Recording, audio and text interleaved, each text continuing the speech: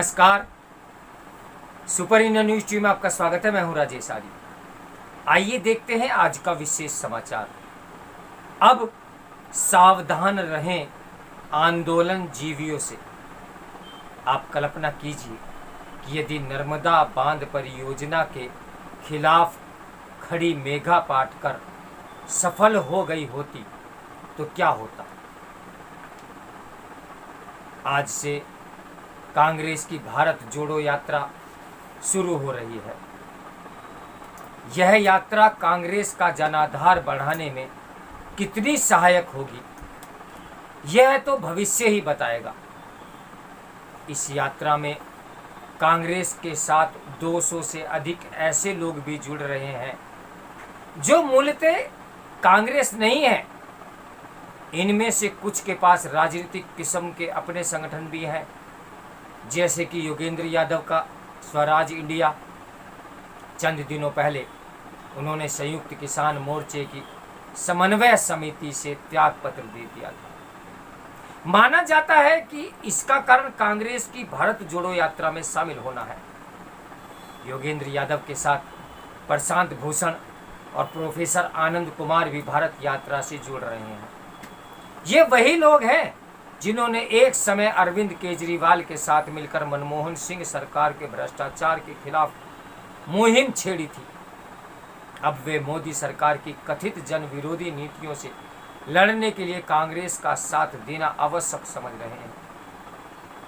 इसमें हर्ज नहीं, लेकिन कांग्रेस आंदोलन जीवियों से सतर्क रहे तो बेहतर। इसलिए और भी क्योंकि 2019 के लोकसभा चुनाव के बाद योगेंद्र यादव ने कहा था कांग्रेस मस्ट डाई। योगेंद्र यादव ने कांग्रेस के खत्म हो जाने की जरूरत पर इसलिए बल दिया था क्योंकि उनकी समझ से यह वह विकल्प तैयार करने में सबसे बड़ा रोड़ा है। लगता है अब कांग्रेस के बारे में उनके विचार बदल गए हैं। यह भी कोई नई अनोखी बात नहीं। समय के साथ व्यक्ति के विचार बदलते हैं। योगेंद्र यादव भले ही किसान नेता, राजनीतिक विश्लेषक, चुनावी विशेषज्ञ आदि के रूप में जाने जाते हों, लेकिन पिछले कुछ समय में उनकी छवि आंदोलन जीवी की बनी हुई है। यह इस कारण बनी है कि पहले वे इंडिया अगेंस्ट करप्शन आंदोलन से जुड़े, फिर नागरिकता संशोधन कानून विरोधी आंदोलन से, और उसके बाद कृषि कानून विरोधी आंदोलन से। फिलहाल इसका आकलन करना कठिन है कि कांग्रेस की ये भारत जोड़ो यात्रा से योगेंद्र यादव सरीखे कितने और आंदोलन जीवी जुड़ रहे हैं। लेकिन इससे इनकार नहीं है कि अपने देश में आंदोलन जीवियों की कमी नहीं है। योगेंद्र यादव सरीखी एक और आंदोलन जीवी मेधा पाटकर भी है। इन दिनों चर्चा में वह भी है। इसका कारण बीते रविवार को केंद्रीय गृह मंत्री अमित शाह की ओर से गुजरात में दिया गया वह बयान है कि उन्हें पिछले दरवाजे से राज्य की राजनीति में लाने की कोशिश की जा रही। उनका संकेत आम आदमी पार्टी की ओर था। अब संयोग मेधा पाटकर के लिए ये भी कह सकते हैं कि ये दुर्योग।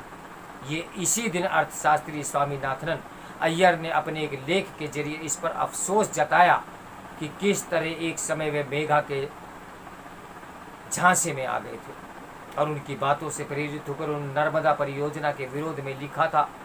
अपने ताजा लेख में उन्होंने यह भी लिखा, यह साफ है कि मैं गलत था। मेधा ने न केवल मुझे बल्कि हजारों मानवतावादियों को मूर्ख बनाया।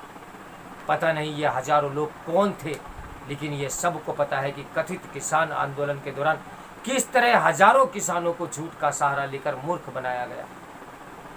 इससे भी कोई अनभिज्ञ नहीं कि नागरिकता संशोधन कानून को लेकर किस तरह हजारों लोगों और विशेष रूप से मुसलमानों को मूर्ख बनाया गया।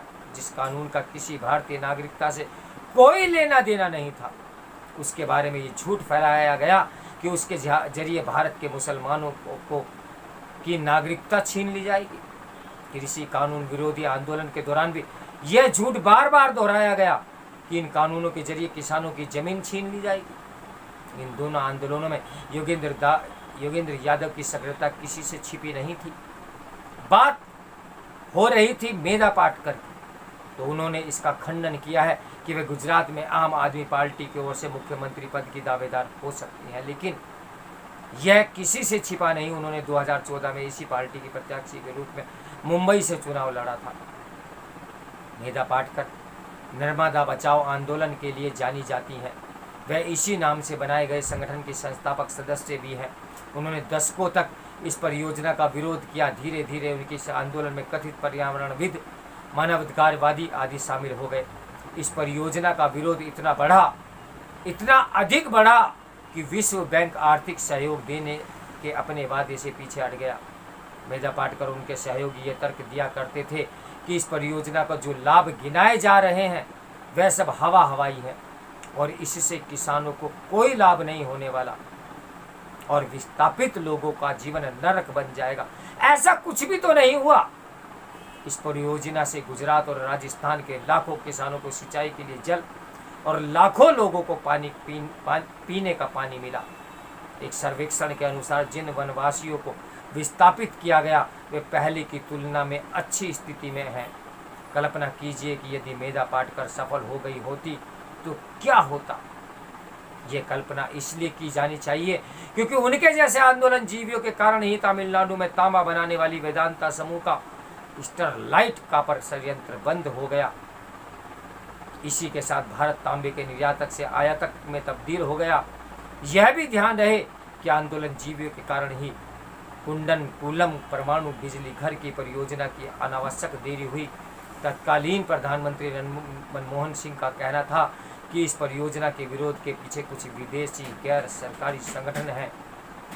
खैर, सच्चाई जो भी हो, ये केवल मेरा समाचार आपके लिए है। आप खुद आकलन करें सच्चाई क्या है। तो मेरे साथ बने रहिए सुपर इंडिया न्यूज़ टीवी के ब्रेकिंग न्यूज़ के लिए। नमस्कार, मैं हूँ राजेश आर्य।